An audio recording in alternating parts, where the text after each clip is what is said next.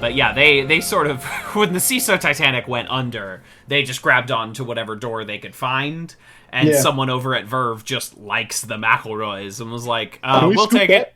None of the rest of them. The rest of CISO, you can keep hanging out over there. The rest of your show is produced by, like, respectable people who have made a name for themselves. No, but these thank you. Three goofy ass brothers that just fuck around for 6 episodes. Yeah, I want. We at Verve do not want bajillion dollar properties. We at Verve do not want, we do not want the Pistol Shrimps documentary. We only want this 6 episodes of Mabim Bam. Yes. But the McElroy brothers still might find a second life on Peacock.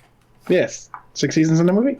Yeah, second. You could do the Adventure Zone for 6 seasons. So I don't remember how many arcs are in that first saga, but it's like 10 or something like that. It's a lot. It's a lot. And you could cut 3. You could cut a couple of those down to some chunkable episodes. How long does Pedals to the Metal really need to be? Sure. That's my. I'm pro Pedals to the Metal. I'm just saying. You don't need a full season of television devoted to it. You don't need a whole 30 minutes of conversation devoted to Magnus explaining to the goblin whose friends he murdered how he didn't actually kill them. You said cleft in twain, my friend. Yeah. I will decide when this recording becomes an episode, and we'll need to get slightly less niche before that happens. We'll need to pull out to a slightly larger purview before this becomes an episode. Hey, man, I have a friend who's turned me on to the phrase, there's riches and niches. What I'm hearing, based on what you've just said, is that after our community watch through podcast, we need to start a podcast called The Adventure Zone. Where we listen to and talk about the Adventure Zone? Yep. So all right. Finish that sentence for me. Here is the ultimate test of this idea. I'm going to type in the Adventure Zone. Does it already exist? Okay. So far, we're only at 2 these and 2 zones, so we might be on the cusp of something here. Do not publish this part of this episode, please. TM. TM. Just McElroy deep cuts all episode. Let's go. Exquisite. So yeah, that's my plan, is to once we're done talking about this show 2 episodes at a time, I'm just gonna find something else that I can watch and discuss. Yeah. I'm tired of pumping out creative juices. I'm fucking sick of it. I want to mindlessly. When this is over, we're becoming a YouTube React channel, and you're just gonna watch us watch things. Oh my god, is that the evolutionary timetable?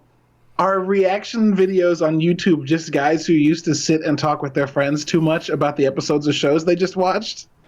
Yeah. And then eventually they were like, what if we did this while we watched it, not after? Absolutely. I mean, that is how, you get Let's Players and shit like that. It's just you reacting. And those videos of people reacting to, like, movie trailers are the funniest fucking thing I've ever seen, because everyone is faking it. I don't care how much you like Star Wars. If you are reacting that strongly for 3 straight minutes, you should go to the hospital. If you are in earnest on the edge of tears because you've seen a lightsaber, you should go to the hospital. Something is wrong. Yeah, obviously, that man doesn't have enough lightsaber in his life. Yes. Oh, yeah. There's just nowhere in Star Wars media that you can get lightsabers. They show up so rarely in the Star Wars movies. It's always so exciting to see them. It's not like if you sat down on Disney Plus and fucking watched Rise of Skywalker, you wouldn't see one in every scene. Somebody doesn't pop that shit just because they sneezed accidentally. Just deploy it like Edgar Wright, like as the scene's closing, just like zzz. That's it. It's the transition at the end of every scene in the next Star Wars movie. It's a wipe and it goes meow. I like it. Yeah, that's actually genius. I like a fully transitional Star Wars movie where someone does like the Jedi hand wave, but it's a wipe, but it waves to the next scene of the Star Wars, and they're all like that every scene. Every scene, and it can't be a silent. Oh, look, a lightsaber. It's got to be like a. You got to be like, what, why? You have to be borderline alarmed when it's coming. Exactly. It's like this might be a strange point of this might be a strange point of reference, but it's the only thing I could think of is like on Arthur, they would transition between scenes, but it would be like a wipe of like dogs crossing the screen. It would be like it needs to be Arthur levels of scene transitions. It needs to be Saturday morning educational cartoon levels. Absolutely. Editing skill. Yeah, it needs to be at the point where it's one of those shows for very, very little kids where they need to introduce kids to the concept of scene editing. So they have to make, like, the transition from scene to scene very, very obvious for the children. If this is how the story progresses, children. Speaking All of right. children. Oh, you're going night-night? Okay, I love you. Please hold, sorry. Oh, you're just leaving? All right. Can I have a hug or a high five or something? Okay. Give me a hug. You want to say hi to Kevin? Mm-hmm. Say hi. Hey, Hi. Hello. what's that? There's a microphone. You're talking to it and it makes noise. I love you. Daddy, Good night. I'll see you in the morning. I'm welcome. You going in with me? Well, I'm not going to go night-night with you. I got to work. I gotta say daddy to you. And the world will stop existing when she goes to sleep and Exactly. will begin existing again. Yeah, she's the single point of light in the center of it all. Absolutely. And that is the feeling that every parent has, I'm sure. Yes. Every minute of every day. I am not one. And I, maybe one day, but at this current moment, glad I'm not. I'm sure it's a lot right now. And I can say with no guilt on my heart or in my brain that I'm glad to be a parent, but right now, I fucking hate it. I wish I wasn't. If I could Freaky Friday with someone to escape this, perhaps I would. I'm not saying I would, but, if Jason Bateman and I can pee in the same fountain and switch bodies, maybe. Maybe. That's the plot of one of those movies. That was that year where Jason Bateman did, like, two of those in the same year. Yes, I do believe that's called The Change-Up. There's The Change-Up, but he's also in one called, like, The Switch with Jennifer Aniston? Am I completely making this up? Oh, you're not. The Change-Up is Jennifer Aniston. The Change-Up? Okay, because I typed in The Switch Jennifer Aniston, and it is those two. Oh, wait, no, The Change-Up is Olivia Wilde. Okay, so The Switch, a 2010 romance drama. Yeah, it looks like a real drama. Neurotic Wally Mars has one bright spot in his life, his friendship with Cassie. When Cassie announces her intention to become pregnant using a sperm donor, Wally thinks he will be the lucky guy, but Cassie has someone else in mind. Yep. While drunk at Cassie's insemination party, oh, this is going to go well, This party Wally sucks. substitutes his sperm for the donor's. Great, lots of excellent consent on the table, then passes out remembering nothing.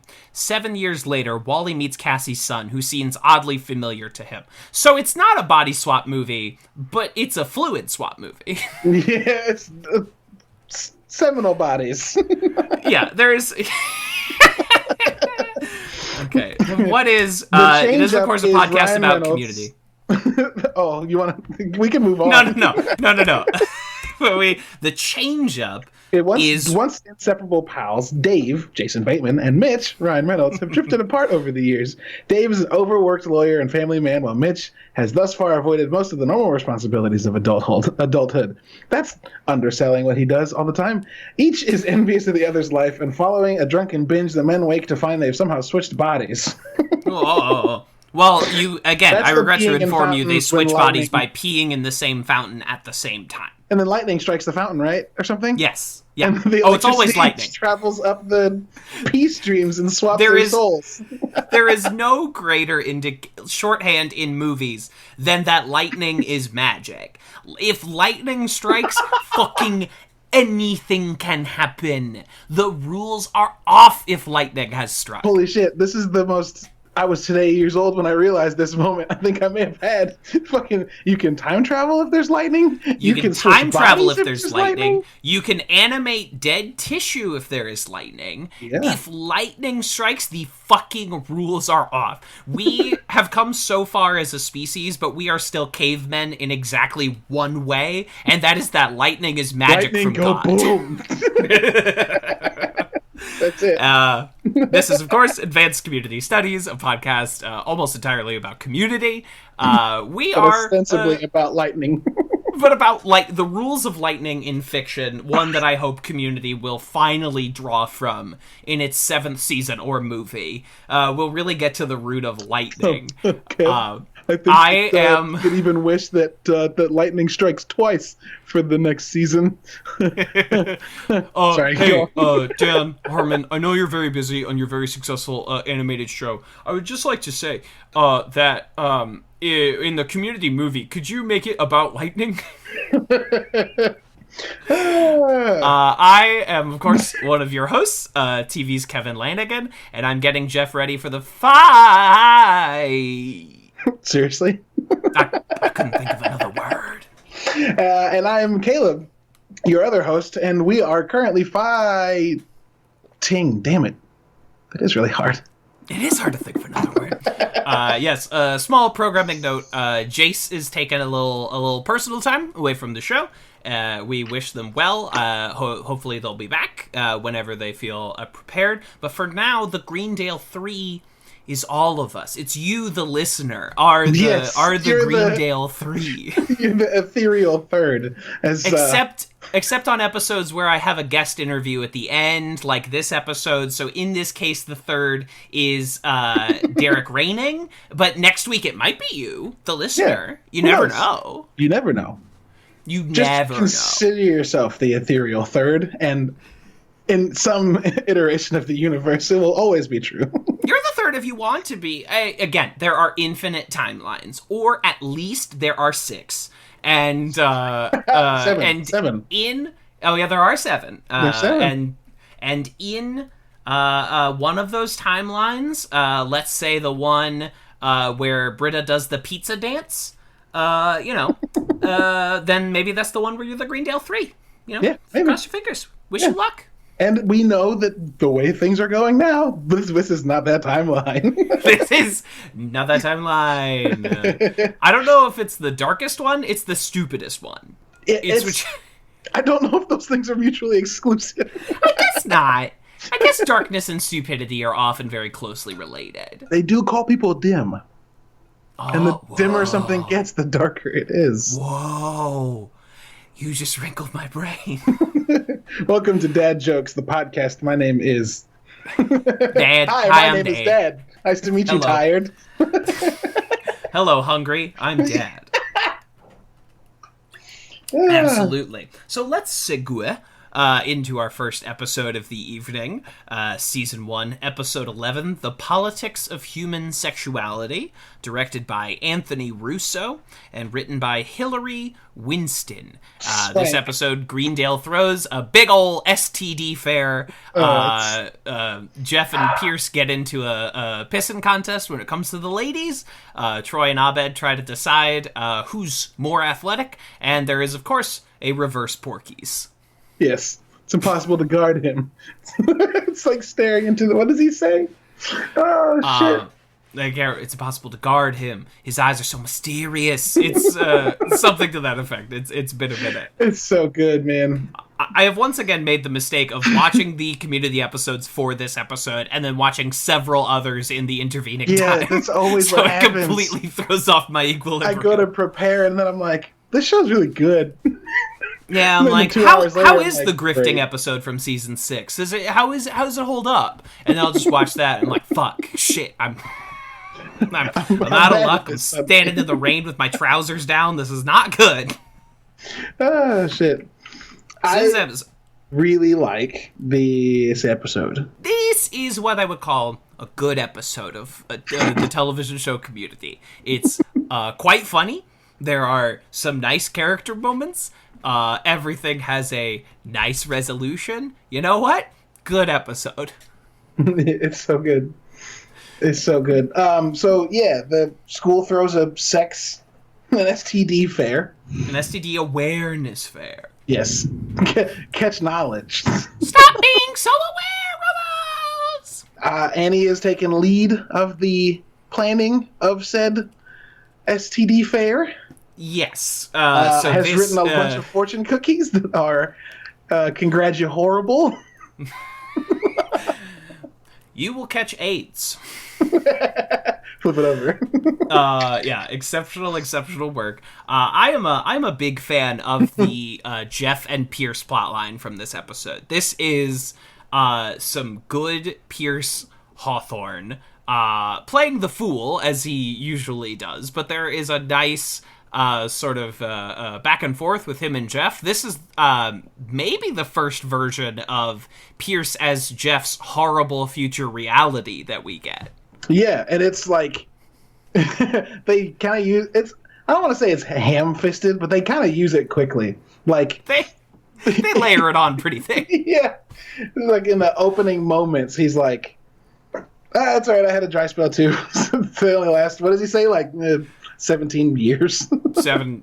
In my experience, it never lasts more than 7 years. And Jeff's like, "Ugh." And it's a horrible future. This is a note that the show will come back to and come back to and come back to. Yes. As Pierce Hawthorne becomes less and less of a viable source for good character storytelling and more of a horrible cautionary tale of what happens to someone who goes completely off the rails. Yes, 100%. When someone becomes the smallest little man in the whole world. When it's called this whole episode's relationship between Jeff and Pierce is a callback to the first episode, even because at the very end of the first episode, when Jeff is walking past Pierce, he goes, "You know what? You remind me of a younger me." And he goes, "You know what? I deserve that." I deserve that. I've been divorced 7 times. I mean, what am I doing wrong? Well, you keep getting married.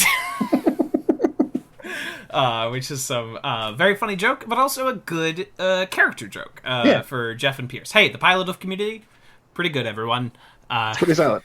Listen to like 5 episodes ago when we talk about that one in depth. Now, this is not one of the episodes of Community where they're fucking swinging for the fences, but if this is the filler episode, if this is just another episode of Community, this is a really healthy place to be in your filler episodes. Yeah. This is just it's got some great funny moments. You get to incorporate supporting cast members like Craig Pelton and Officer Kukowski. It's a wonderful little episode. Yeah, it's very good.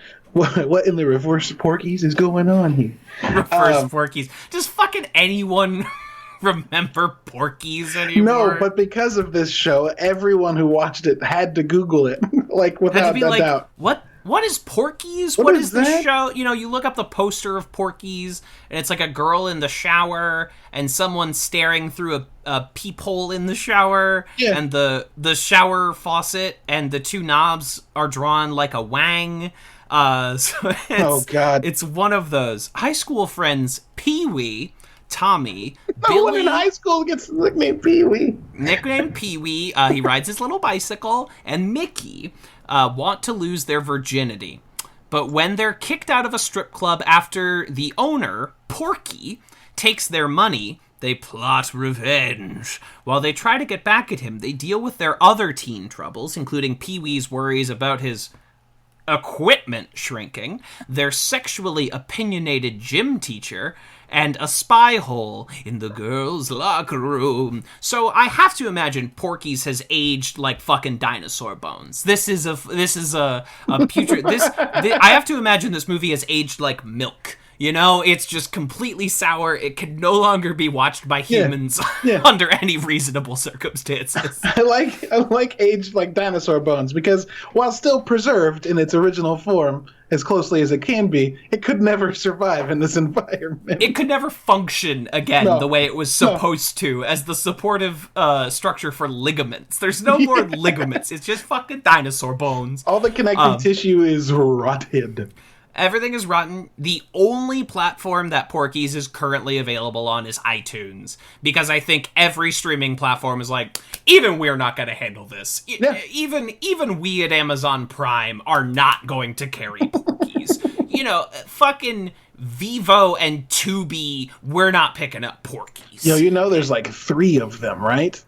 Oh, there's so many, because it was a titty comedy from the 80s, so there are like 4 sequels that came out like direct to cable. Direct to VHS, dude.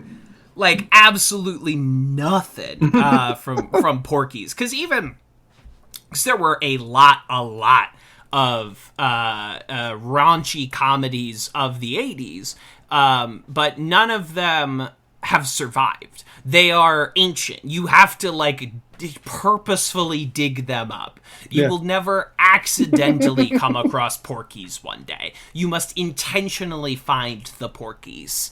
Other raunchy comedies, this is even from before then, obviously, but like Animal House, which has, again, aged like fucking dinosaur bones, has this pedigree as a good comedy, as a very funny movie made by Ivan Reitman and Harold Ramis, whereas Porky's doesn't even have that reputation.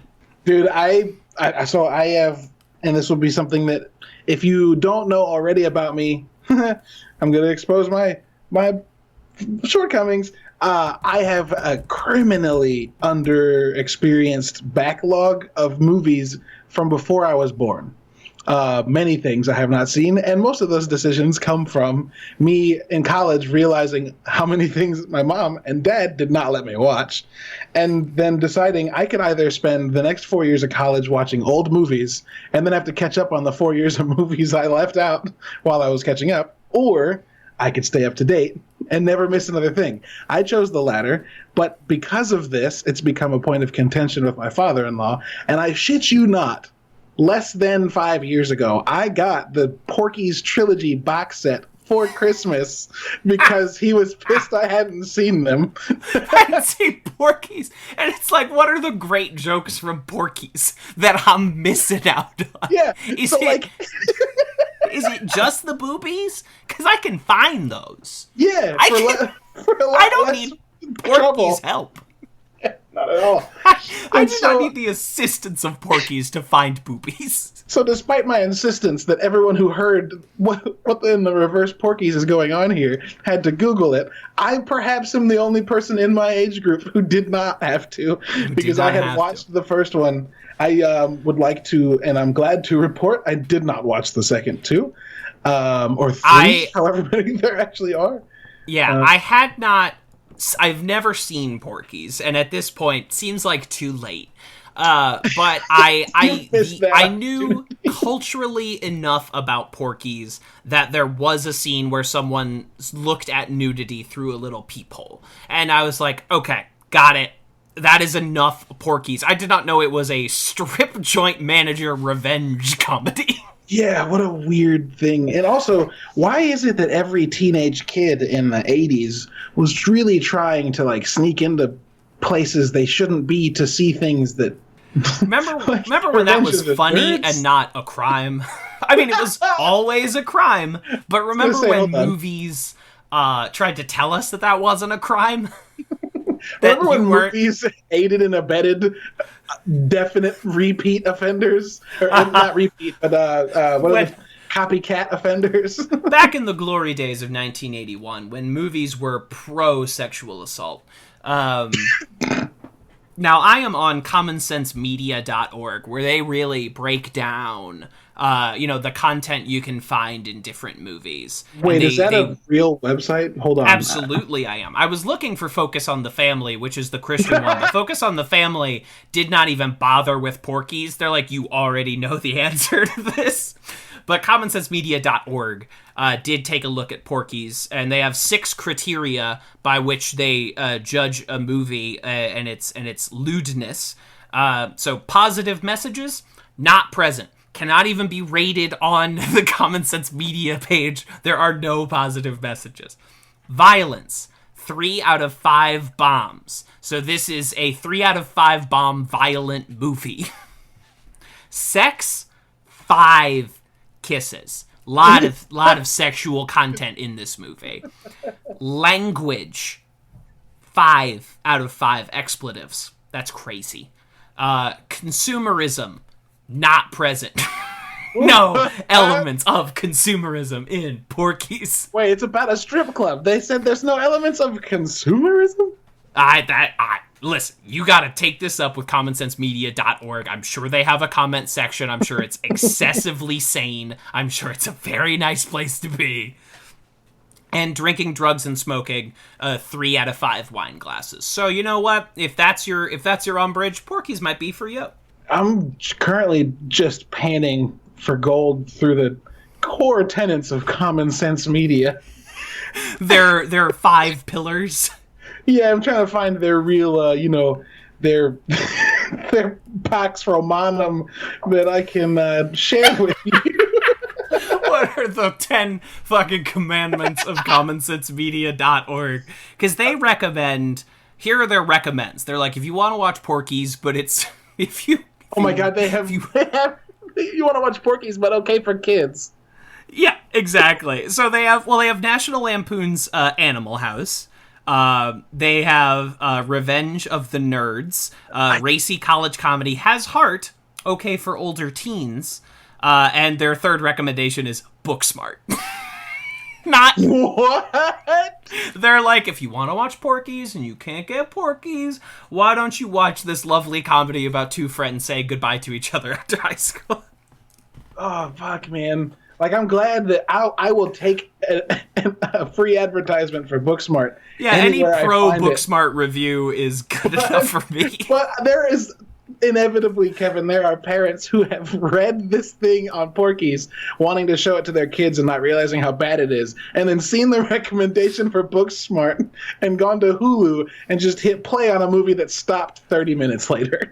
Oh my goodness. You know what? Booksmart has 2 out of 5 positive role models and representations.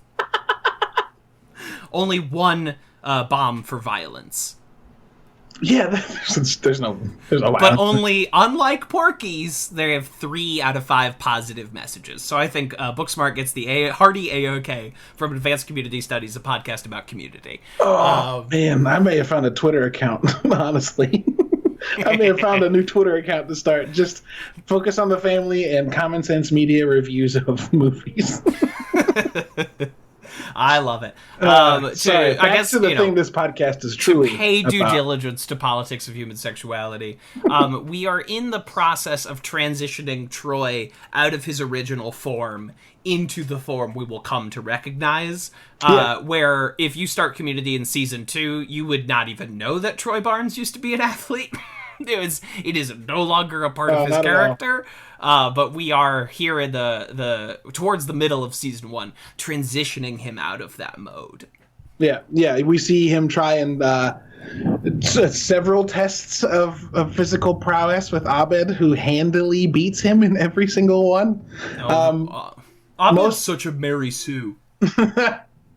Yeah, dude, fucking cancel Abed. Yeah, dude, Abed's not a real character. Remake Community. Let's start the petition to remake Change.org Abed in Community. Change.org. Let's fucking go. What are those fucking remake Last Jedi guys up to now? Have they done it? No, but they were pretty confident that Disney was paying attention to them. They were pretty confident they could get Mark Hamill to sign on. You know what sucks the worst is J.J. Abrams kind of validated them. Which fucking... I cannot with Star Wars. I cannot. We won't. Putting Star Wars in the laundry basket where Star Wars belongs until it realizes what it's done. And what? Do you punish things with putting them in the laundry basket? That's right. Okay. You're going to sit in the dark in the laundry basket with Kevin's my old socks. I've only ever had cats, okay? I've only ever had cats. They wrote a book about me. It was called Child Called It. All right. It's... All right, so transitioning to the second episode of our discussion, Season 1, Episode 12, Comparative Religion, directed by Adam Davidson, written by Liz Kakowski. Holy shit, this episode is good. It's very good. It's very good. Oh, I want to point out real quick holy- before we completely move. I know you're excited. I'm sorry. Okay. No. It's okay. At the same time that the last episode kind of starts the process of completely obliterating Troy's athleticness as a point of his character, it also establishes Annie's innocentness in a That's different true. way, because like In a we've very seen it. definitive way. Yeah, we've seen it and it's been suggested, but this is like she has a whole monologue where she stands up for not wanting to say the P word. Let's talk to the girl that Won't say penis. Oh my god. When Giant Craig thumb in a Kikowski turtleneck. is like, Woo-hoo. she didn't say it. It's so Hey. funny. Hey, she didn't say it. She didn't say it. She looks at him like, shut up. Also, repeating that line as Gronk is just, hey, she didn't Hey. say it. She didn't say it. Giant thumb in a turtleneck. Hey.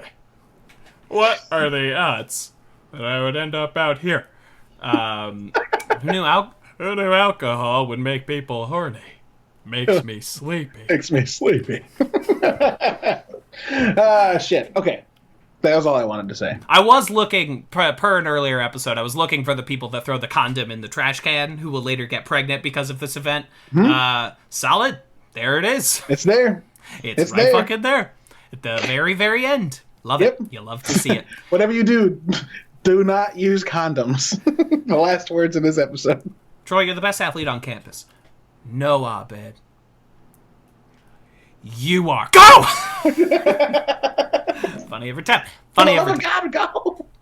So good. But yes, Comparative Religion, featuring guest star Anthony Michael Hall. Where did they dig him up out of? I have no fucking clue. They found it. Well, I done guess a year before this, he has basically a cameo in The Dark Knight. Like, he's in there for a teeny tiny bit. Oh, yeah, but- he's the newscaster, right? Yeah, he's the newscaster who's like, wow, harrowing footage of the Joker messing with that guy. Brian, I think. Excellent work. And yeah, so Anthony Michael Hall, who like had his time in the Porky's days, but kind of largely vanished, and I don't think was ever really known as like a stalwart comedic actor, comes in as Mike and absolutely destroys. He is so fucking funny. Shove my fist up your balls. That doesn't even What make is- allergic sense. Where did he go? Because he was in and it's completely gone now from my memory. He was in a Stephen King procedural show called The Dresden Files? Or the Dead Zone? No. The Dead Zone. The Dead Zone. The Dead Zone. My Yeah. mom loved that show because she loved Anthony Michael Hall. Oh, moms love Anthony Michael Hall. And I didn't understand why. And then watched, what is it, like fucking... National Lampoon's Vacation featuring Chevy Chase. Yeah, no, Breakfast Club. Breakfast Club and 16 right, Candles. of course. Yeah, Yeah. of course. Yeah, right. Duh. Why? I went to fucking very baby Anthony Michael Hall, but you're right. Yeah, the my John mom's- Hughes days. Yeah, my mom's remembering the heartthrob Anthony Michael Hall, who was an innocent boy in both 16 Candles and Breakfast Club. Right. I mean, I will say this as someone who's currently perusing Anthony Michael Hall's IMDb. He's working. He's just one of those guys who's like, all right, I'm going to go do 5 episodes of Murder in the First. I'm going to go do 1 episode of Riverdale. You know, he's one of those guys. And he'll hop 2 around. episodes of fucking Blacklist that I haven't seen yet. Yeah, Blacklist, 81 episodes of The Dead Zone as Johnny Smith. Because Stephen King wanted to take an early lunch that day when he was coming up with that character's name. Stephen King really wanted to catch his table at Buca de Beppo. So he pulls out and names a guy Johnny Smith. But I absolutely love Anthony Michael Hall in this episode. I love everyone in this episode. We're firing on all fucking cylinders here. Community is community, and it is taking off like a goddamn rocket. Oh, man, and we've gotten a lot of episodes for every character interacting with Jeff, and now it seems they're transitioning into like building moments for individual characters, but that are all still interwoven into plot lines. But this episode, like by far to me, is Shirley's episode of growth.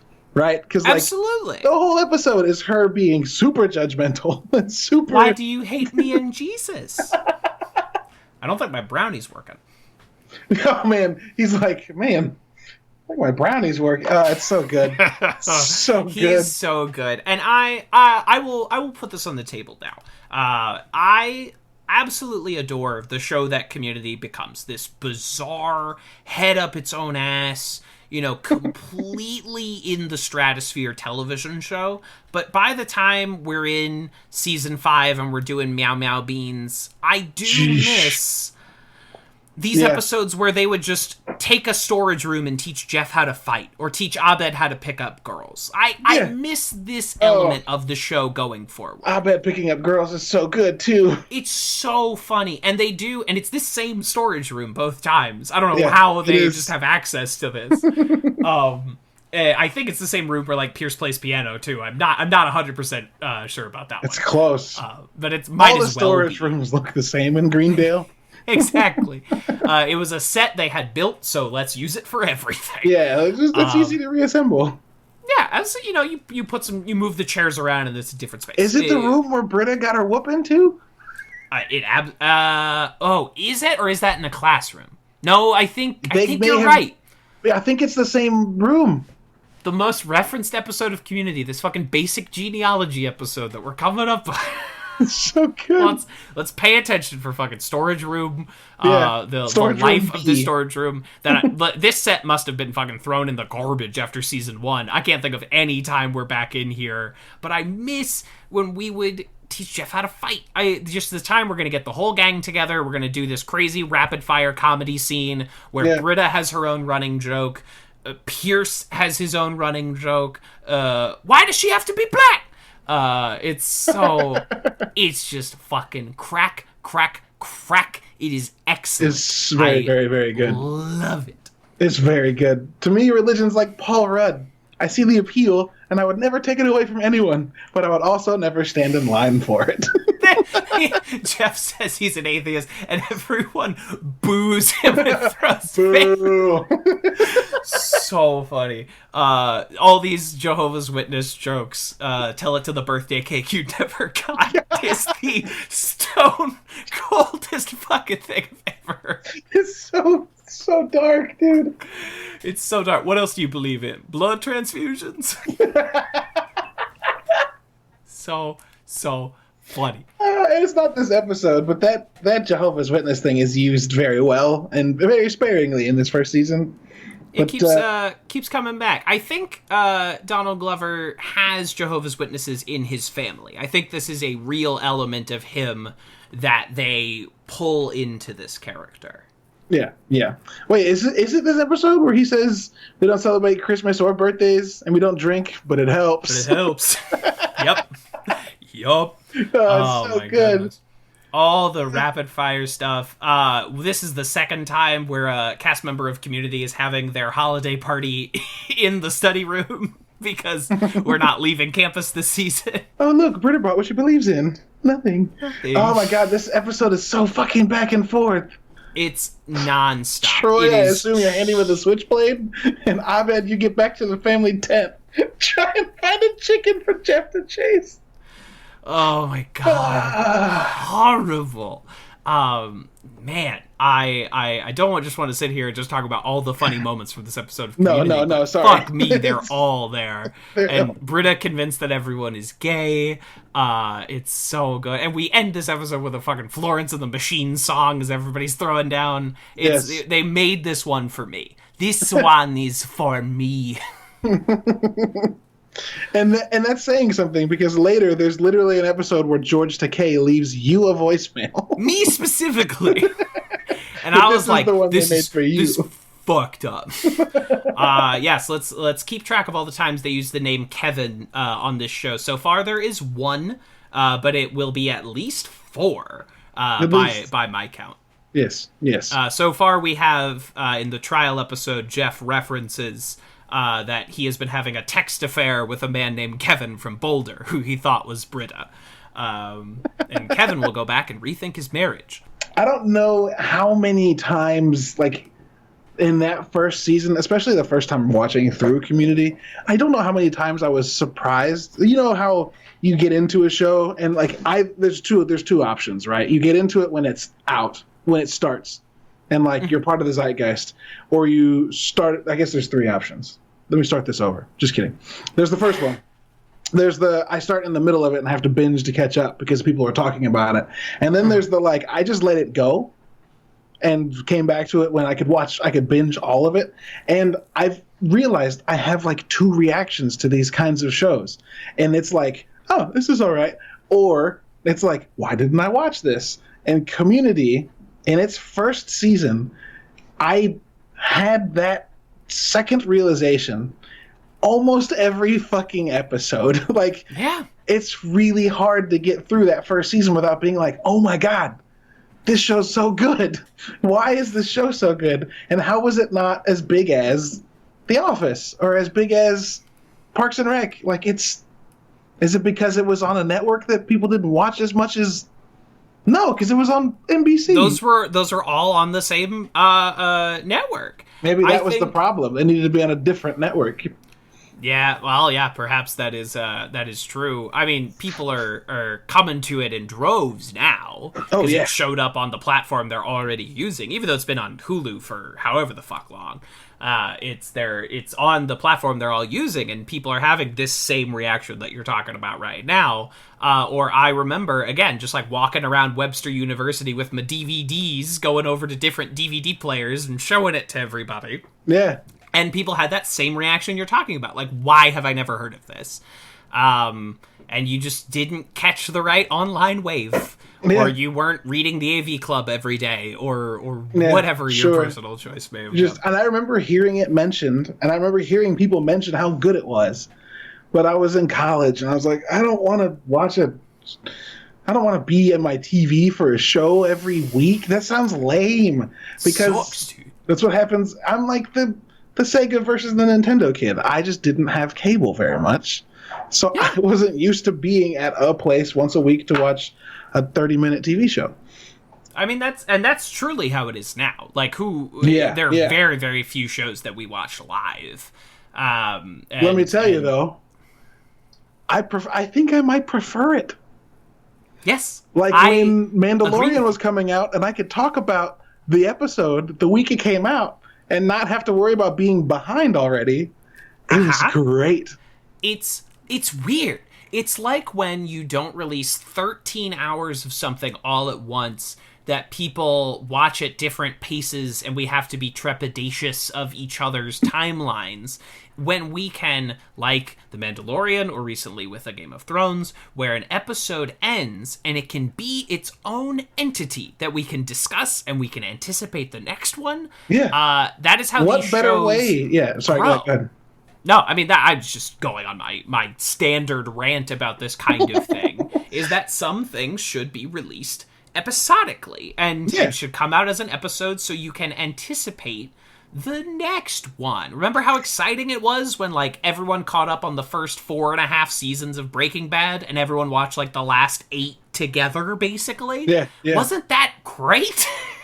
What better way to extend the lifespan of something in the zeitgeist than to draw out your 22 episode season over 22 weeks rather than just nothing comes out with 22 episodes at anymore. Once. It's basically extinct. Yeah, it's 8 to 12, like largely. Sometimes there's more. Oftentimes it's 8 to 12. 13 used to be like everything, and I'm glad Netflix has decided, like, no, okay, The Witcher is 8, and we're going to make 8 really good episodes of The Witcher instead of 13 episodes and 5 of them are filler. I appreciate that we have I enjoyed my time with Daredevil and Jessica Jones. Some of those seasons could have been about half as long and would have been even better. Yeah, the only season of Daredevil that needs nothing changed is season 3, in my opinion. But I need to go back and rewatch it. Oh my God. Yeah, I saw the first 2. I could not get through the Defenders, and then season 3 came out. And I was like, fuck me, 13 hours of Daredevil I have to catch up on. before everyone at my comic book job spoils it. And then they're like, actually, Daredevil's canceled. And I was like, well, never mind. Great, cross that one off the list. There's never going to be something else that I'm going to have this conversation about. And then you join a podcast with me.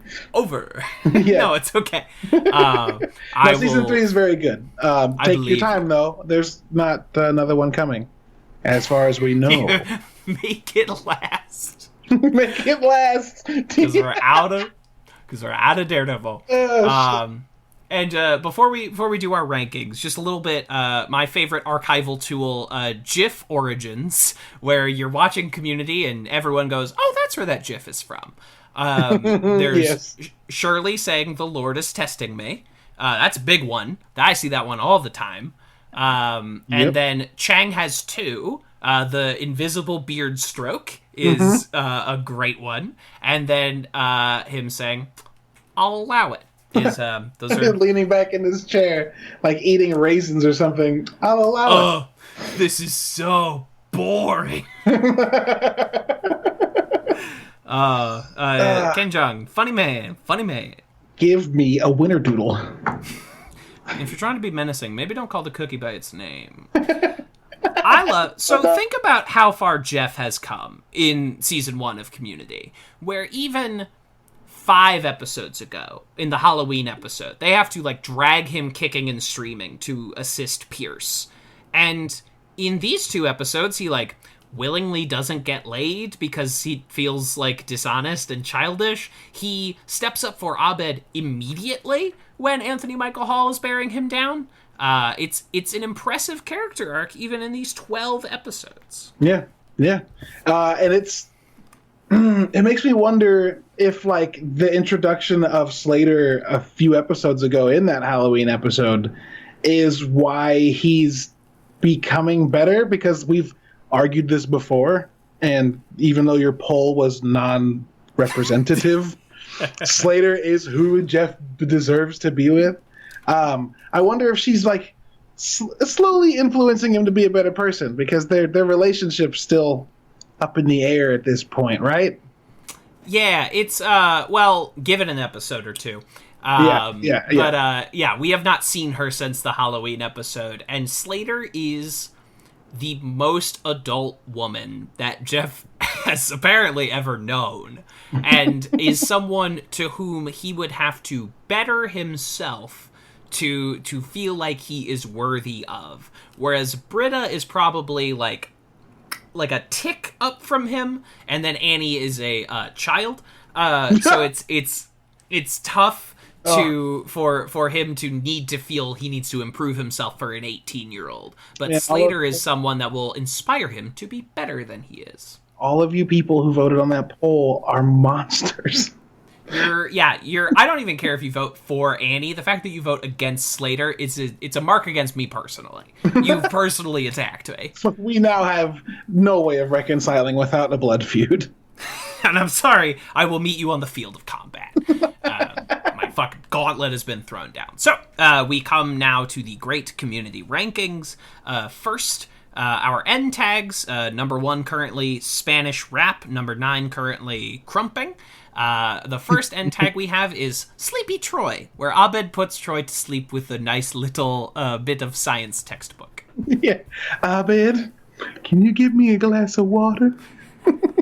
And I like this tag because it's part of this insane reality where these people live at Greendale. Like, the study room is their living room. Yeah, it's and Troy will just nap for the night in the study room.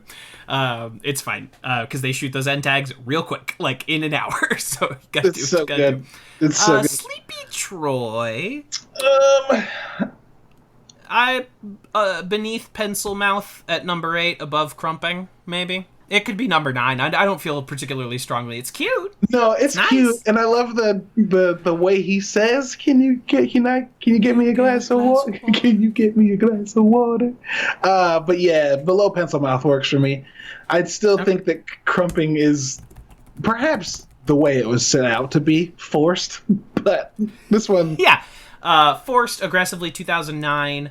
It I think will stay as the bottom tag for some time, but we'll For see. some time, Is yeah. there an end tag worse than this one?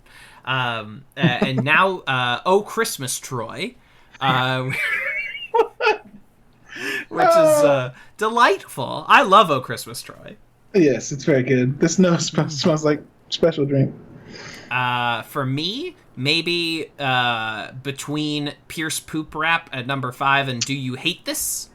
I hate how much you read my mind. I was literally thinking that. Jace was the Get out dissenting of my vote brain. often. He what? They were the dissenting voice. They were the dissenting vote, and now it's almost two in agreement. We need to bring someone in to spice things up a little bit. We need a Jack Black to come in and really mess with our rhythm. Oh, hold on. I can just shout my kid awake real quick. No, I'm just kidding. Hey, what did you think of this episode of Community? Oh, man. Excellent. And now on to the episode rankings. Currently at number 1, rankings. Debate 109.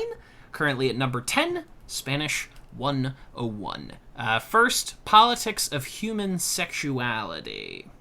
It's a good episode, but it's not comparative religion. I would say that I would put that between 6 and 7.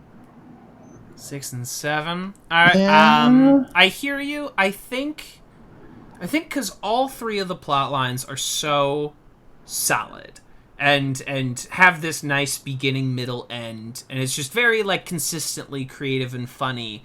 What if we put it beneath Pilot but above Advanced Criminal Law? Sure.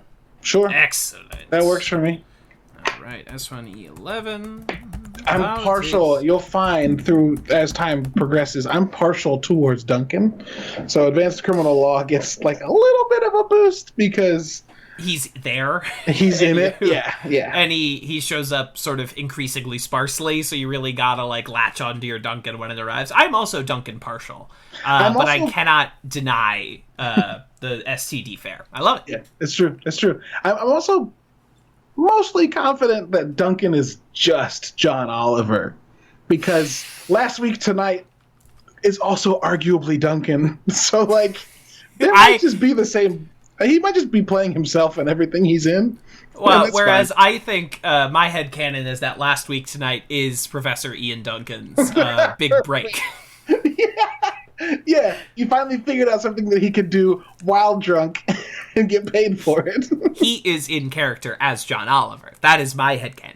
Sure, I like it. That works. All right, absolutely. And now we get on to comparative religion, which, if I have my say, is a new number 1. Yep. It's too good. Fucking undeniable. Consistently hilarious. We love it, folks. Community and Christmas. It's a match made in blissful heaven. It's so good. It's so good. Every Christmas episode is special too. Yeah, and they're all so different and so unique. Even in season 4, which is the last Christmas episode. What's the season 4 one? It's they invite Malcolm McDowell over, and it's a full length homage of Alfred Hitchcock's Rope. Like, it's this truly bizarre choice. But even though, at least they're trying something. Yeah. On the season 4 scale, they're trying. Man, we'll get to this later. But season 4 had an impossible task, and that was to surpass what season 3 did. Because season 2, don't get me wrong, we'll get there, is very, very, very good. And season 3 may not be as good as season 2, but for spoof episodes alone, season 3 is full of such wild ideas in a comedy show about kids at community college that season 4 was bound to be the gas leak episode, I think. The gas leak season. We can argue back and forth all day about the quality of season 4. It's it had an insurmountable task. It had a no-win scenario. Yes. It was doing the Kobayashi Maru,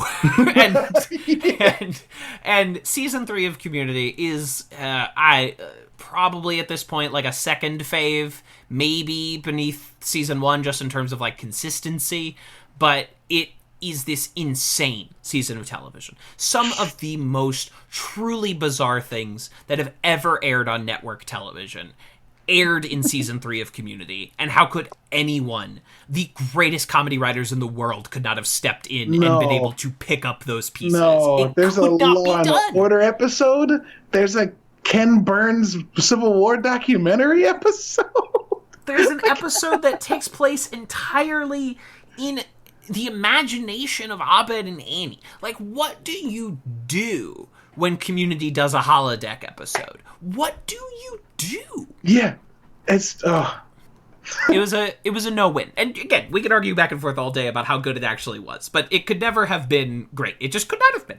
No, nope, could not have been. Excellent. And a little preview for next week. The 2 episodes we're covering are I like them, but they're no one's favorite episodes of Community. So we're gonna do something. We're gonna do something a little special. We're still gonna talk about the episodes, but Caleb and I, and the special guest that I will have interviewed in the back half of the episode, we're going to come in with our pitches for the Community movie. What would we do with the Community movie? For me, I just have my whole act 1, and then I don't have anything else like ironed out. I'm just like, here is what I would do. And then they would do something else with there. But that's just to spice up an episode that might be lacking for some real meaty details. Although we did spend 10 minutes talking about Porkies, so maybe we won't even need it. We might not need it. But I will tell you, I do want to talk about this, so we'll make sure we work it in. Absolutely. Well, just a little preview for y'all. But now we are coming down to that time where we talk about what we've been working on this past week and where they can find us. Yes. Well, why don't you go first? Oh no! I go before you every other time, so I'm gonna make you go first this time. Oh, okay, that's fine. So I will attribute the first slot to a GoFundMe that I'm not running, but that means a lot to me. The comic book store that has been around for 30 plus years in New York, Forbidden Planet, where I worked for 2 years, is going through some hard financial times related to the virus, and they are doing a GoFundMe to try and keep their doors open when all of this is over.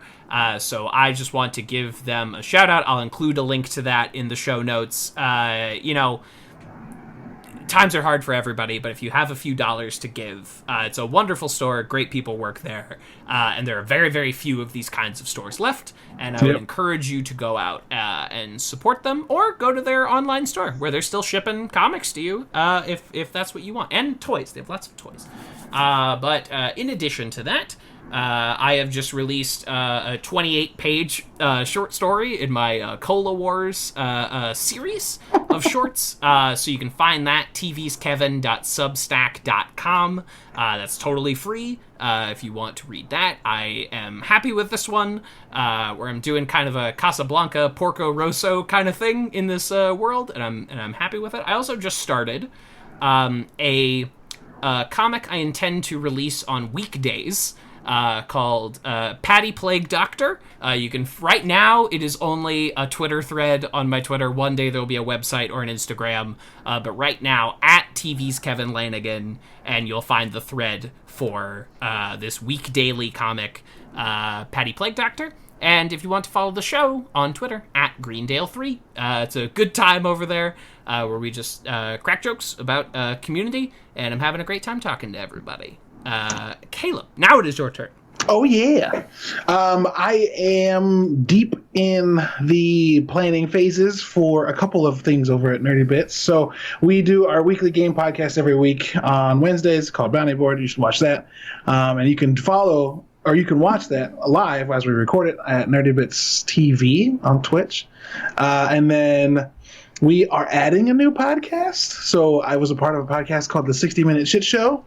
And we have decided to transition that show into the Nerdy Bits show. And so now Nerdy Bits will have a podcast in its lineup that talks pop culture, not just video games. And I do believe our first episode is going to be about the deep impact.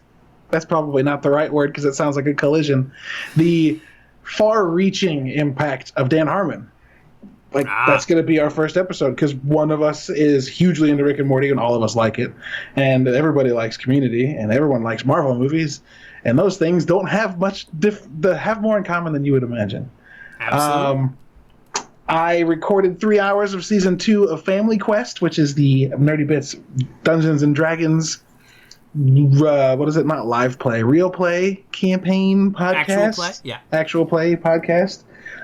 We added a new member and recorded for 3 hours on Sunday night, and it was very good.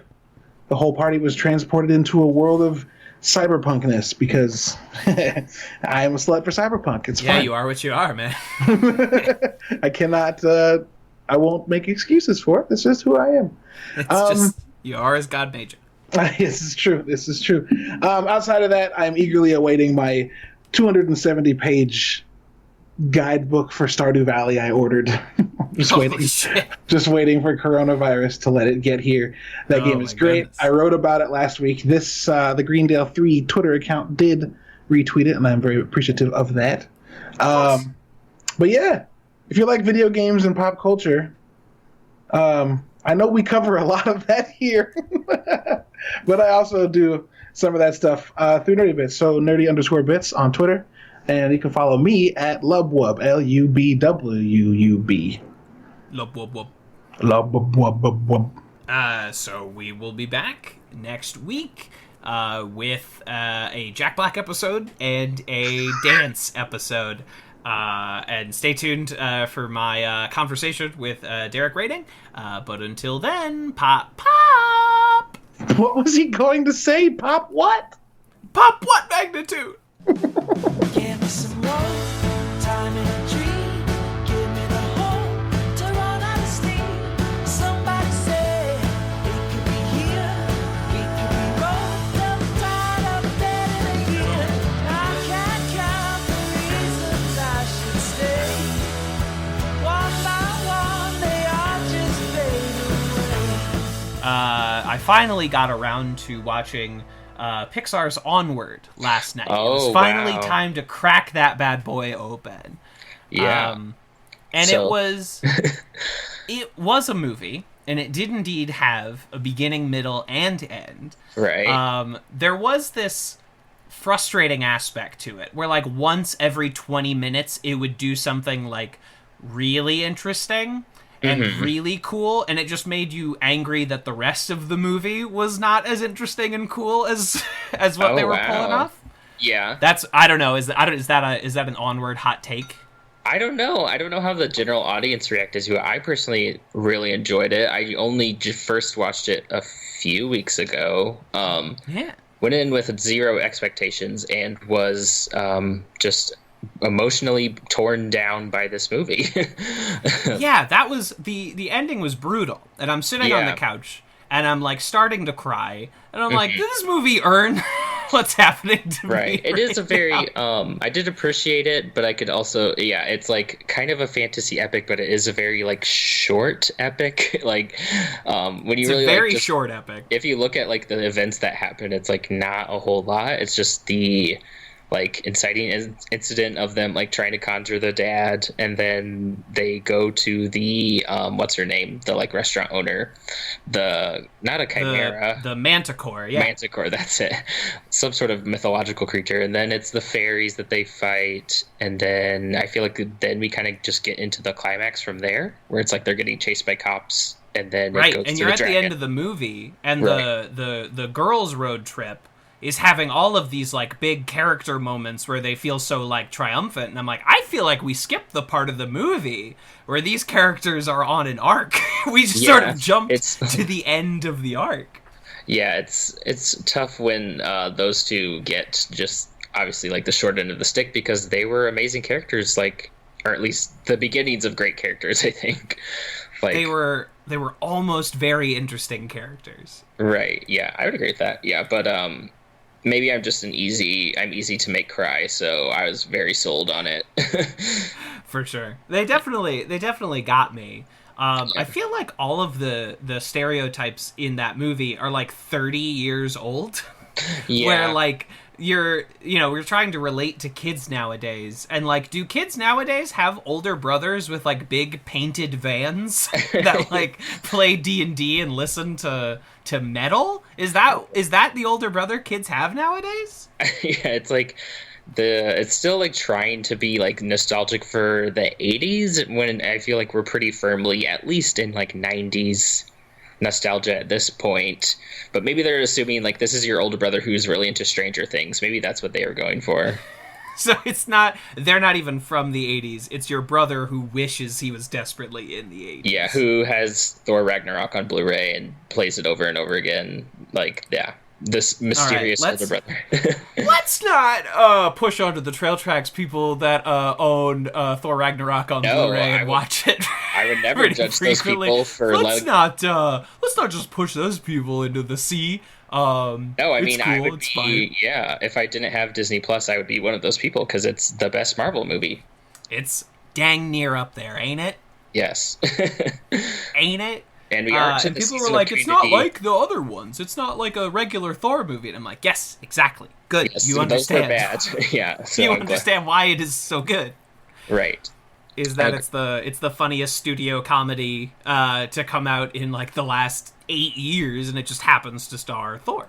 Right, exactly. And yeah, it'll be exciting to get to the Community season where they poke fun at the Marvel movies, but that's not for a long time.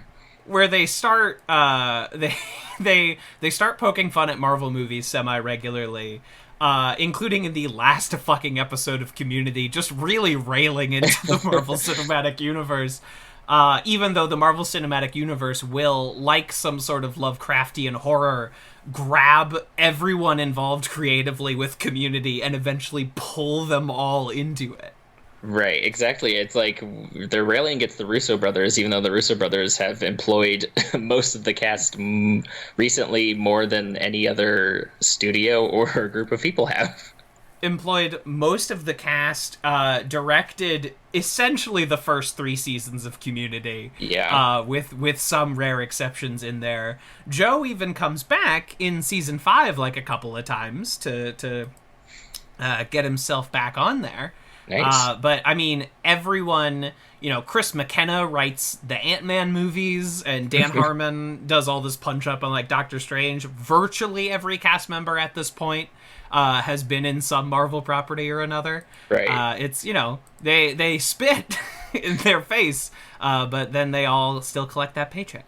Yeah, wow. It's very much that like comic where it's like the guy coming out of the well, like, oh, you want to improve society, yet you partake in it. It's very that. Interesting. Yes. Right. I'm being the well guy right now, and nobody wants to be the well guy. That's not a good look that anybody wants to take with them. Exactly. Exactly. Yes, and so this is the interview portion of Advanced Community Studies. Yes. This is across from me the co-host of the Bitter Jurors podcast, Derek Reining. Yes, hello. Thank you so much for having me. I was so thrilled when I, 1, heard there was a community recap podcast, and 2, that I had the connections available to me that would get me on said podcast. You have the strong arm. I mean, last week we had Sam on the show. Yeah. And this week it is you, and this is you are finally in the middle of my master plan as a hostile takeover of the Bitter Jurors listenership.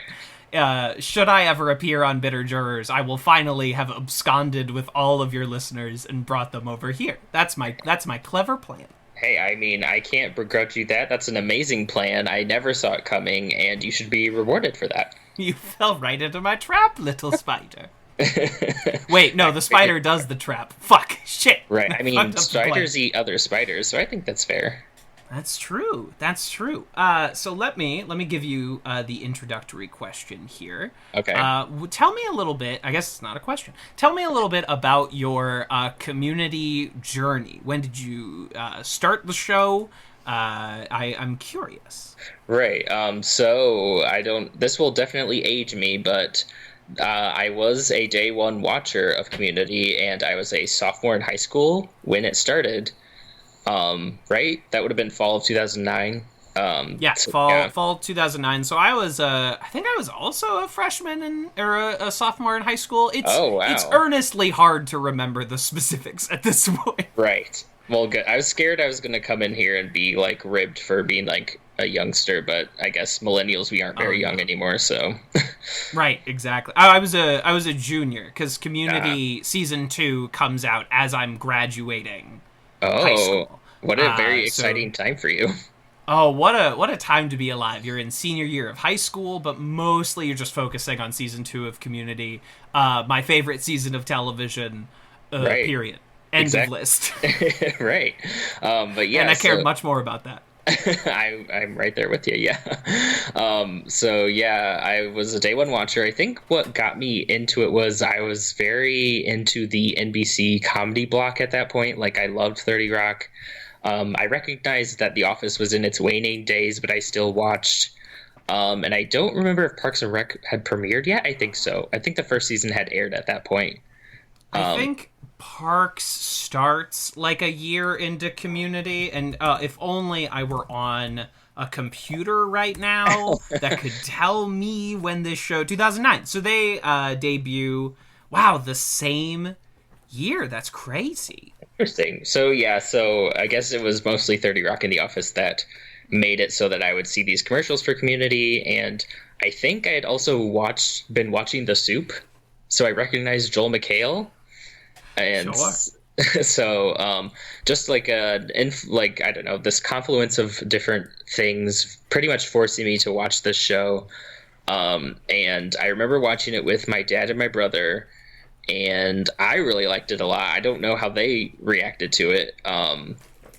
So I mean, I think they liked it. I don't know, but obviously I liked it enough to just make it a central cornerstone of my personality for most of my life.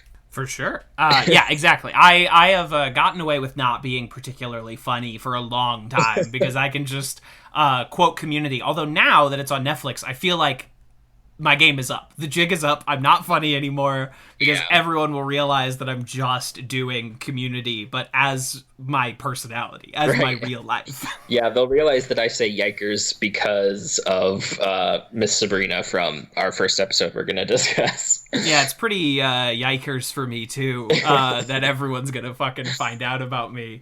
Right. That my jig will finally be up. I'm interested to hear about you showing Community to your parents, because Community is a show that I've known several people to try and introduce to parents or grandparents, and it's just a no-go. Yeah. It's just that much too referential and too fucking crazy outside the box, where any episode could be completely different from the previous episode, and perhaps that is off-putting to older members of society. Right. Well, I mean, we know from behind-the-scenes information that Chevy Chase was among those people who did not understand the show, so... was not into it. No. So, yeah, my dad, not as old as Chevy Chase, as Community was airing. I think he definitely laughed at when Abed was doing his Breakfast Club bit, and I don't think I understood that he was quoting the Breakfast Club until Jeff outright says he was at that point. Yeah, I didn't get it. But I think he thought that was funny, and then I think he definitely enjoyed Parks and Rec more when I've had that on, just because obviously that's just an easier watch, as Dan Harmon mockingly states in the future documentary episode that they do, or mockumentary episode. That's right. So, yeah, I assume by your statement that you have tried to introduce older people in your life to the show. You try once, and you're like, what is the episode of Community that can maybe, sway mom to watch a couple episodes? Because it's not Remedial Chaos Theory. No. Whether or not you find it to be, one of the greatest pieces of television ever produced, maybe mom wants an easier episode, a more sitcom-y episode. Right. And so you're like, all right, maybe she'll like beginner pottery, where they take a wacky pottery class, and then the others take like a boat class in a parking lot. Like, is that And they is talk that about CBS ghosts. Monday nights enough for mom to be into it? Right. And we never quite got there. And that's okay. It's all right. Yeah. My mom will make other concessions for me. She once, when I lived like an hour away, she invited me home because PBS was doing a special on the musical Hamilton, and I was like, sure, yeah, mom and I will watch the fucking Hamilton special together. So it's okay if moms don't like Community. Yeah, it's okay. We can't blame them. I don't think it was ever intended for anyone above our age group, probably. No, it's or people who are very interested in television as a medium, as like an art form. You can be in your 40s, but you have to be fascinated by television, right? Or find it worthy of mocking, I guess, or have enough reverence for the medium to want to see it be made fun of in front of you for 22 minutes, lampooned a little bit, right? Yeah. So maybe we can walk ourselves over to the 2 episodes that are on the table this week: Politics of Human Sexuality and Comparative Religion.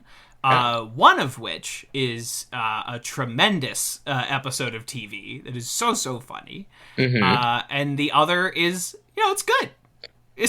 I think these are two good episodes, I would say. I definitely have a preference between the two, but I'm interested to hear which one you prefer of the two.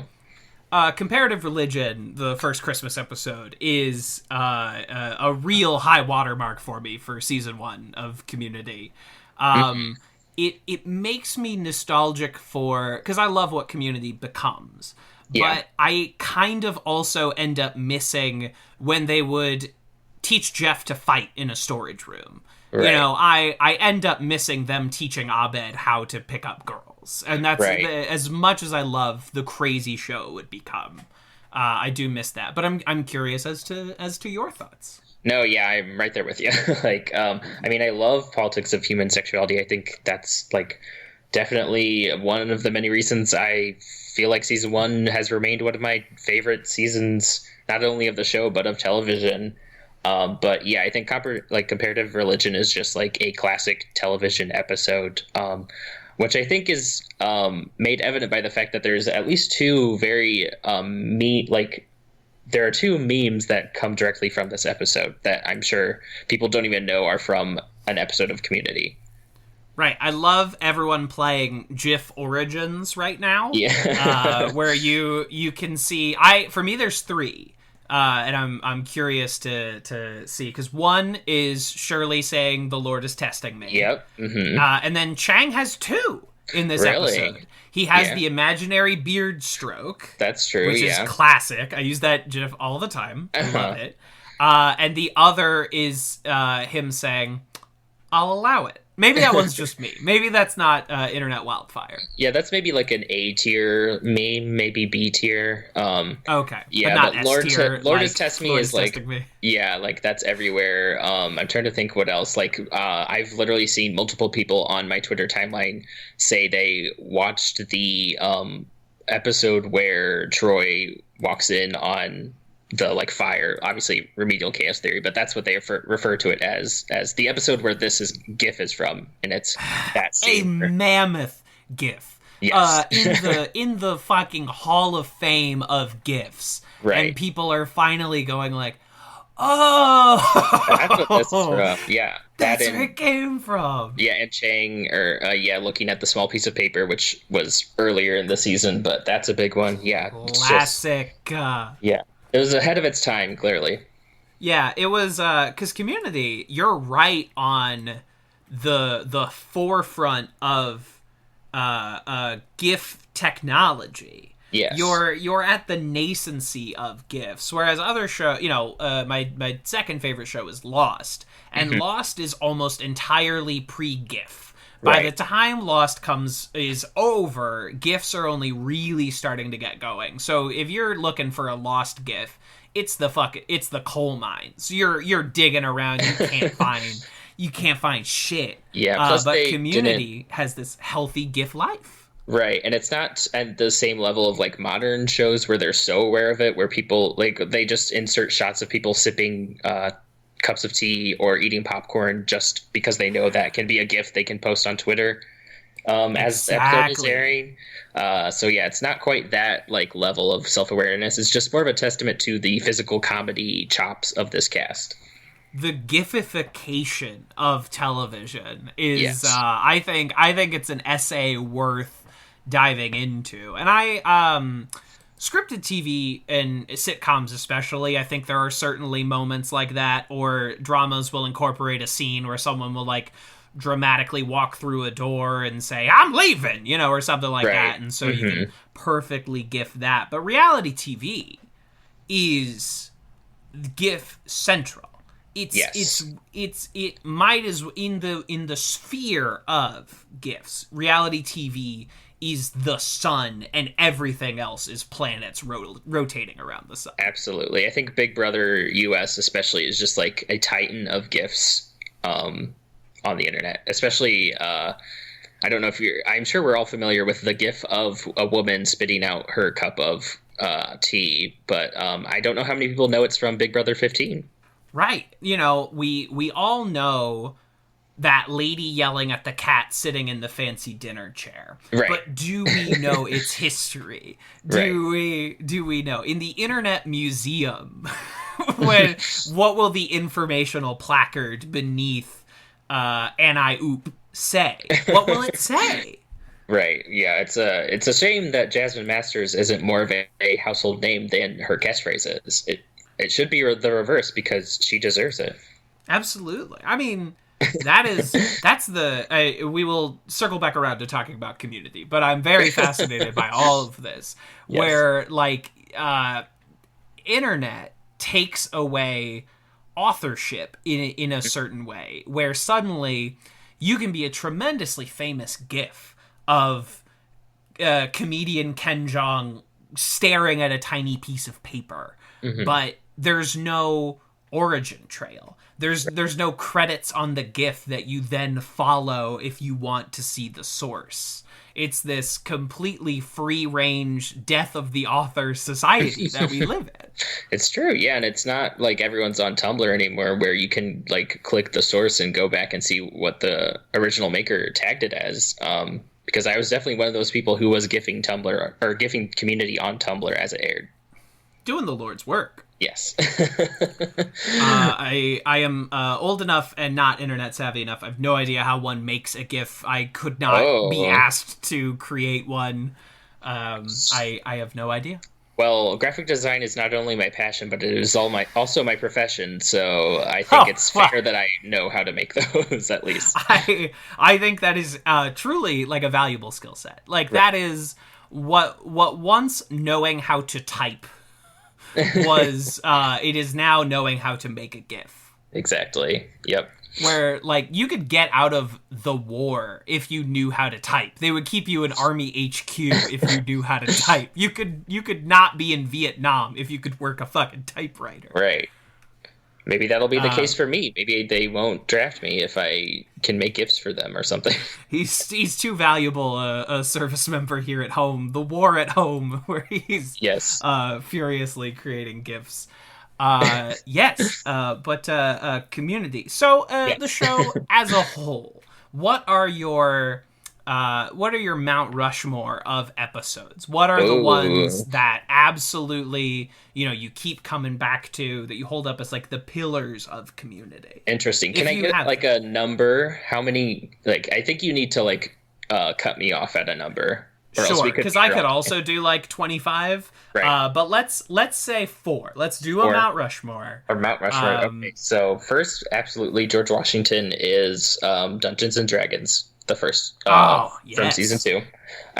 That's the one that I always show people when I want them to watch Community. Not even necessarily get them to keep watching Community, although I found that it works a lot of the time. But it's also just a great standalone episode of television that they can just enjoy without feeling the need to keep watching if they don't want to. But fortunately, most of them end up watching it more anyway. So I think that's an excellent choice. You're right. There's not a lot of, you have like the Pierce bad guy arc, but you don't need backstory. He's an old man who's a jerk. Like, that checks out. It's almost completely self-contained, and it just has good jokes on its own. I think that's an excellent choice. Right. And it's like, you don't even need to know Dungeons and Dragons to understand the like comedy of it. Like, yeah, it's just a great episode of television.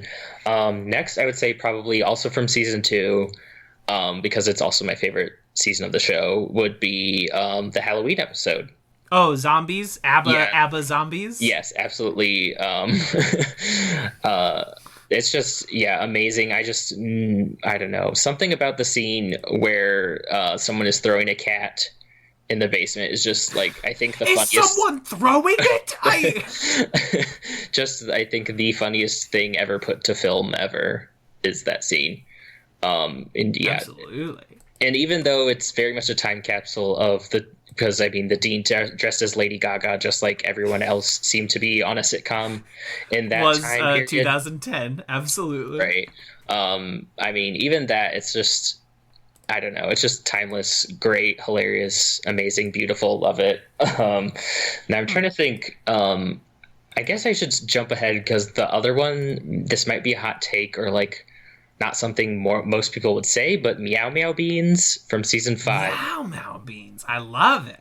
It's just, I don't know what it is. I think it's just like the escalation of that episode is hilarious. Just they instantly form a completely bizarre, very unique, like sci-fi setting from this stupid app. It's, I don't know, just amazing.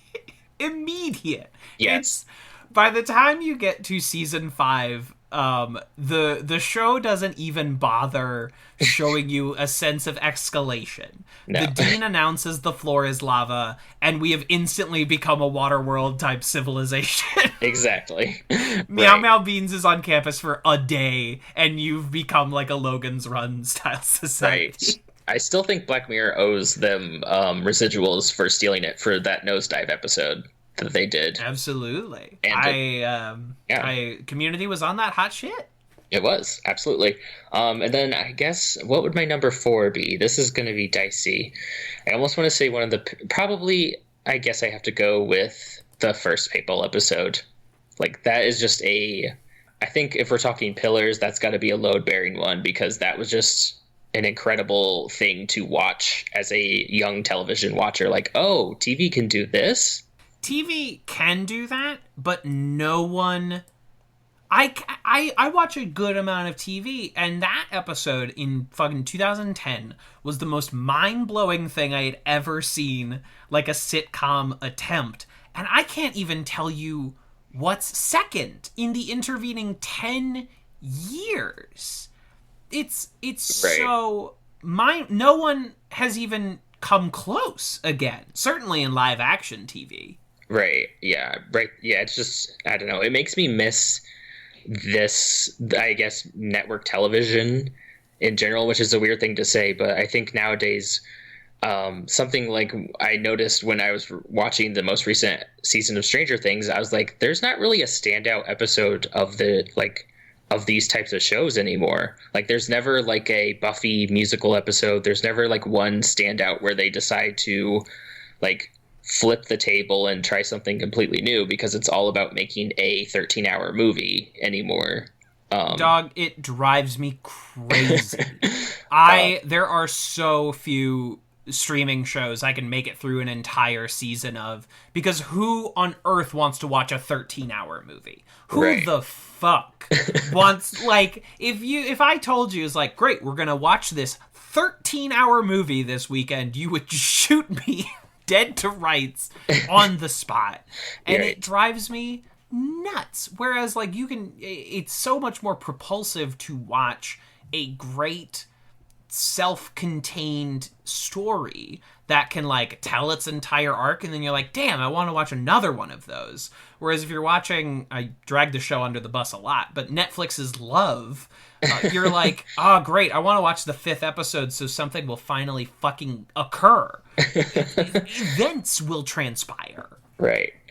Yeah, and it's like, I don't know, you can never point to like an episode of like Love or Stranger Things and be like, oh, this is just a great episode to sit down and watch. And it's like the one time they did try to do a self-contained episode, everyone hated it, and they'll probably never do it again because of that. Of Stranger Things? Yeah, the episode where Eleven meets, I don't know, like the Avengers or that weird superpower group, which, I mean, I thought it was a fine episode. It just definitely didn't fit into that season, and I understand people's trepidation toward it, but the hate seems a little extreme. But it's also like that's really the only example of an episode of that show that you could just watch by itself and wouldn't miss anything.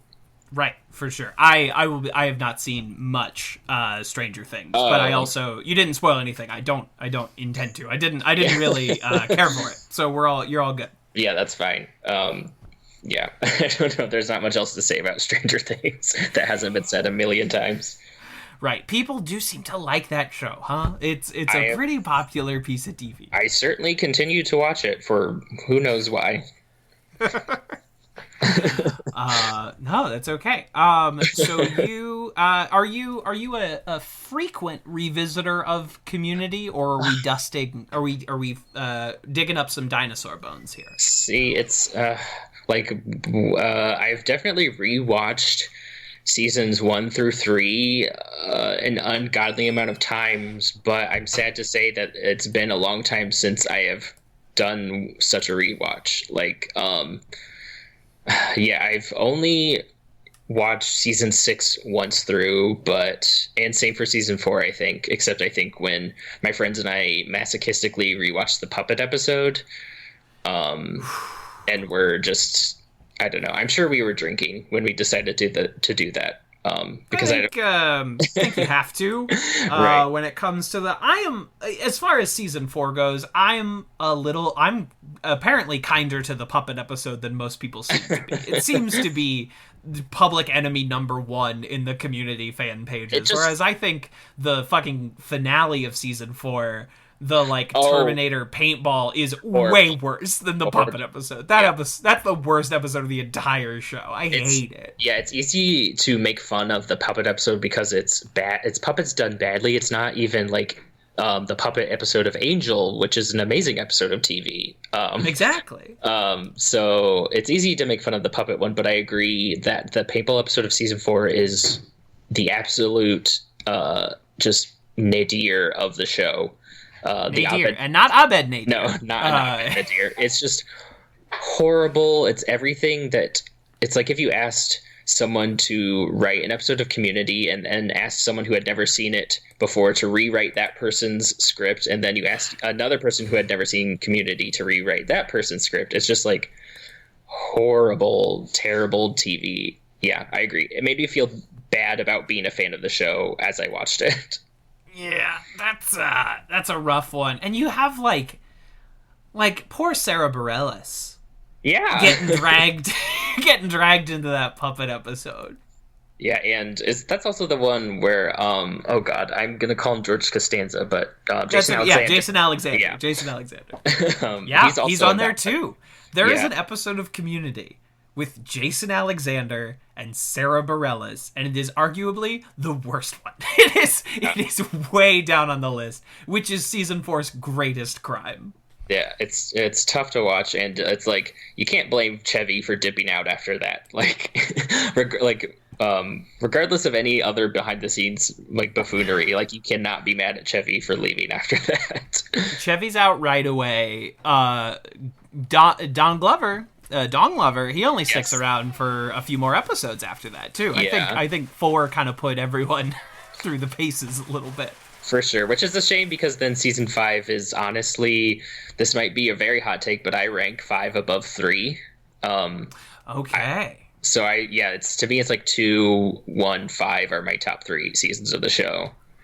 I love it. I'm a big season 6 fan. It feels kind of like a different show. Yeah, but I've always you said, have Paget and you have Keith David and you. I quite like that season. Yeah, Paget Brewster is, I think, easily the one of my favorite characters from the show in general. She's just so good in that season, and I think season 6, I was never not enjoying it, but it's like I feel like there was a very distinctive point in the season where suddenly I was super on board for it. I think it was the RV episode.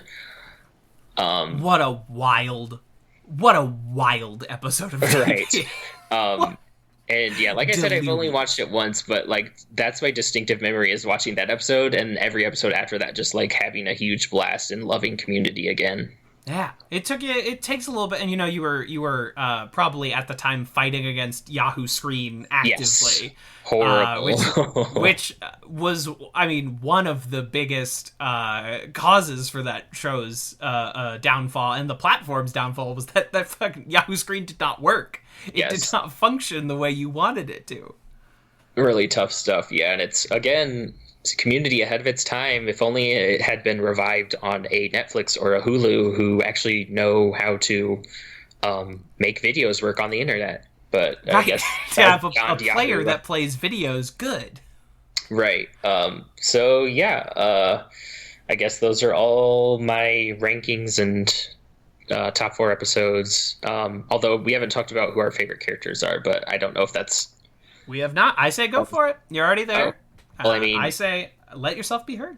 Hello, yes, I'm the CEO of Loving Britta Perry. Yes! She is easily, far and away, my absolute favorite character of the show. She is an icon, she's a legend, and she is the moment. I will say, though, that we were talking about missing certain aspects of Season 1. To me, I missed Season 1 Britta, especially in Comparative Religion. Like, just her, like, little subplot of just commenting on the events just felt very classic Britta to me before, I would say, Season 3, when she starts to, like, lose IQ points, which is upsetting to watch, but I mean, I still love Britta even when she stops being Season 1 and 2 Britta.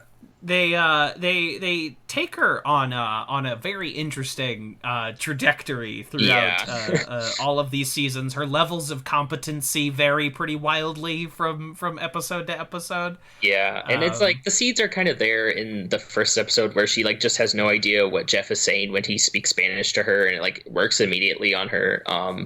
So it's like you could argue, well, she always kind of had those aspects to her character, but yeah, I kind of miss this like goofier, more sardonic, like she's like smarter, but she also is like, I don't know, almost like Liz Lemon like to me, where it's like she's a smart person, but she has moments of ignorance, I guess is a good word for it, or blind spots in her intelligence. Perhaps a bit of a short-sightedness Yes. as a character that keeps her from achieving more and holding her back. All right, so Team Britta, excellent. Yes. Excellent pick. No biases from me. Any of your other your big standouts? Yeah, I would say as someone who like always gravitates towards female characters, like to me Shirley and Annie are also just great characters to me. Like I feel like this is a rough episode, or Comparative Religion is a rough episode for Shirley if you don't like Shirley, and it's a great episode for Shirley if you love Shirley. And fortunately, I'm in the latter camp, so everything Yvette does in this episode just cracks me up. Why do you hate me and Jesus? Like, she's so hilarious in this episode, and I feel bad I understand why people would have a tough time with it if they know people like that in real life who like don't maybe say it in a nicer way, or maybe it's not couched in funny comedy writing, so it feels more hurtful to hear on your TV for 22 minutes. But I don't know. To me, it's like, I mean, I grew up in rural Illinois. I know those kind of people, but I don't know. I just love Shirley, and you can tell it's coming from, I don't know. You can like see why she is saying those things, and you can still have sympathy for her as a person. But I can't begrudge people for having an adverse reaction to it for personal reasons. It's understandable, but I am with you in being largely pro Shirley. Right. Yeah. And then Annie, I love Alison Brie. Just what a find, I think, for the show. I've never watched Glow, but She's great.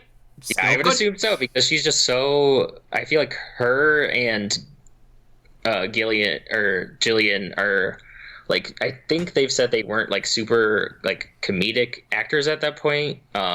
Yeah, Gillian had basically just done like indie dramas about heroin addiction, Right. And Alison Brie was just like the 50th most important character on Mad Men. Right, exactly. So they get drafted over here and prove to be incredible comedic actors, but Right. you wouldn't have guessed.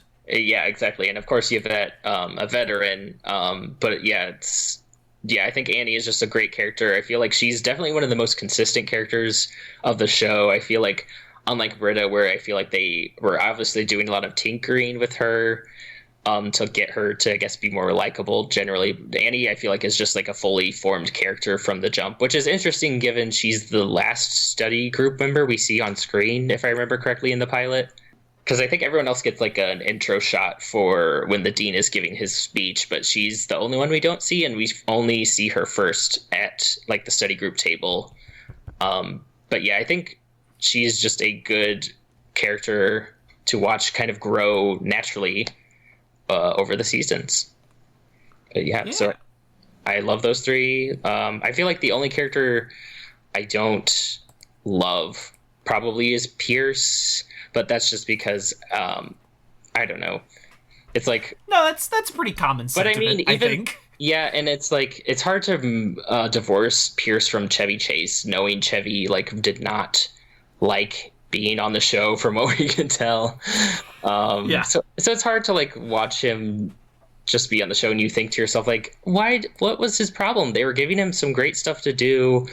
I mean, I think he just was mad he wasn't Jeff. I think his problem was that he is Chevy Chase, and he has always been a very unhappy man who is very difficult to work with, and that did not get better on a long enough timeline. And given everything that we know now, it's understandable why increasingly through season 3 they start putting Pierce on his own alone more and more and more. Right. And he didn't like feeling like the buffoon. He wanted to feel cool, like he was still playing Fletch. But my man, that was 20 years ago, 30 years ago, when they were making this show. Right. It wasn't meant to be, I'm afraid. But season 1 Pierce, like at the stage where we just rewatched these episodes, is still really good and feels like a good cohesive part of this show. And later, less so. Yeah, it's a shame that they start like coordinating him off by himself, because it's like I feel like Pierce really shines when he gets to be a father figure for Jeff, or he gets to be, I guess, a father figure for Annie, but to a different degree. Even his like uncomfortable interactions with Shirley, I feel like they have some great moments, like his teaching her to give great speeches about brownies. Like Pierce has he's like a good spice to add to the mix, but he's not necessarily something you want to eat by itself. Yeah. And there aren't, to my recollection, a tremendous number of episodes where Pierce is the focal character, or even like Jeff's second, because especially through season 1 it's like Jeff is first and then there is the next character. But Pierce sort of feels that way. He starts in this sort of patriarchal role, and then he just becomes a dark future for what our characters, especially Jeff, could become if they don't wise up and change their ways. Right, a ghost of future past, which I mean is interesting to me, but I'm sure for his ego, didn't enjoy being that dark mirror for the characters. No. Well, that is excellent. Can you tell the fine folks listening what you're up to and where the people can find you if they want to see more? I am Reindeerix on Twitter, ReinDeereks, like reindeer, and then EKS at the end, on Twitter. And I'm also on Bitter Jurors. Like we said, it's a podcast with my friend Sam where we talk about Survivor. And we dip into RuPaul's Drag Race sometimes at the end of our episodes, because we're two gay men in our 20s, and so it's like our contractual obligation to talk about it. But yeah, you can find us at Bitter Jurors Pod on Twitter. So yeah, that's where you can find me. Excellent. Any parting thoughts for the people, or hot community takes you want to lay down and then run out the door? I guess ships would be an interesting thing to tackle. Whereas, I don't know, I've never been a shipping person. Like, it's never my priority when I watch something or partake in any sort of media, especially when it's straight people involved. It's hard to get me to care. But I will say I am a big proponent of Jeff and Britta. To me, these two characters feel like they were made for each other. They're just two horrible people who should be horrible together. I love it. I love that ship. Thank you for being on the Jeff Britta train. It just makes sense. Yeah, it just feels correct. It just feels right. Sorry, Jeff, any stands that I keep bringing on people that are not into that pairing. Yeah, I mean, I don't know. It's hard to happens. It's hard to push it. It's hard when the show itself even tells you Annie is too young to be doing this with. I don't know. It's hard to put that aside. And also, I just feel like, well, do you want Annie to be with Jeff? Like, what does Annie gain from that relationship? Doesn't Annie deserve better? She absolutely does. I like Jeff, but like, doesn't Annie deserve better? She really does. She does deserve to be in a relationship with a woman. Is what we're trying to get at. That's what we're trying to get at. Like, maybe it should be Annie and Britta. I don't know.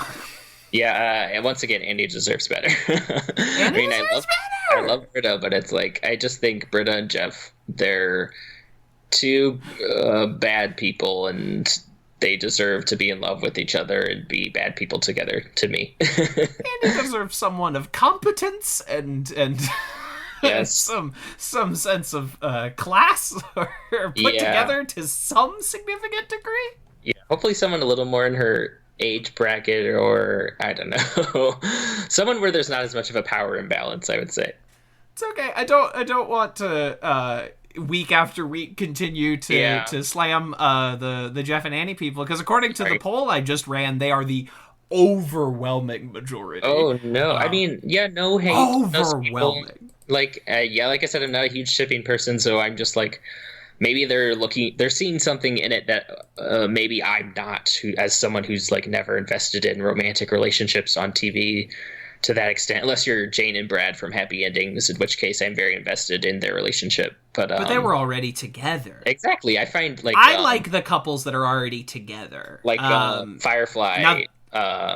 Yes, Zoe and Wash. Huge into Zoe and Wash. I was now this show has aged like a turd in the sunshine, but How I Met Your Mother, I was very into Marshall and Lily. Right. You know, I was invested in couples that already existed, and as far as the single people, you know, they can do whatever they want. I care less about that. Exactly. Agree. I'm glad we were on the same page. So let that be our ultimate community thought, is that Brad and Jane from Happy Endings should stay together. Absolutely.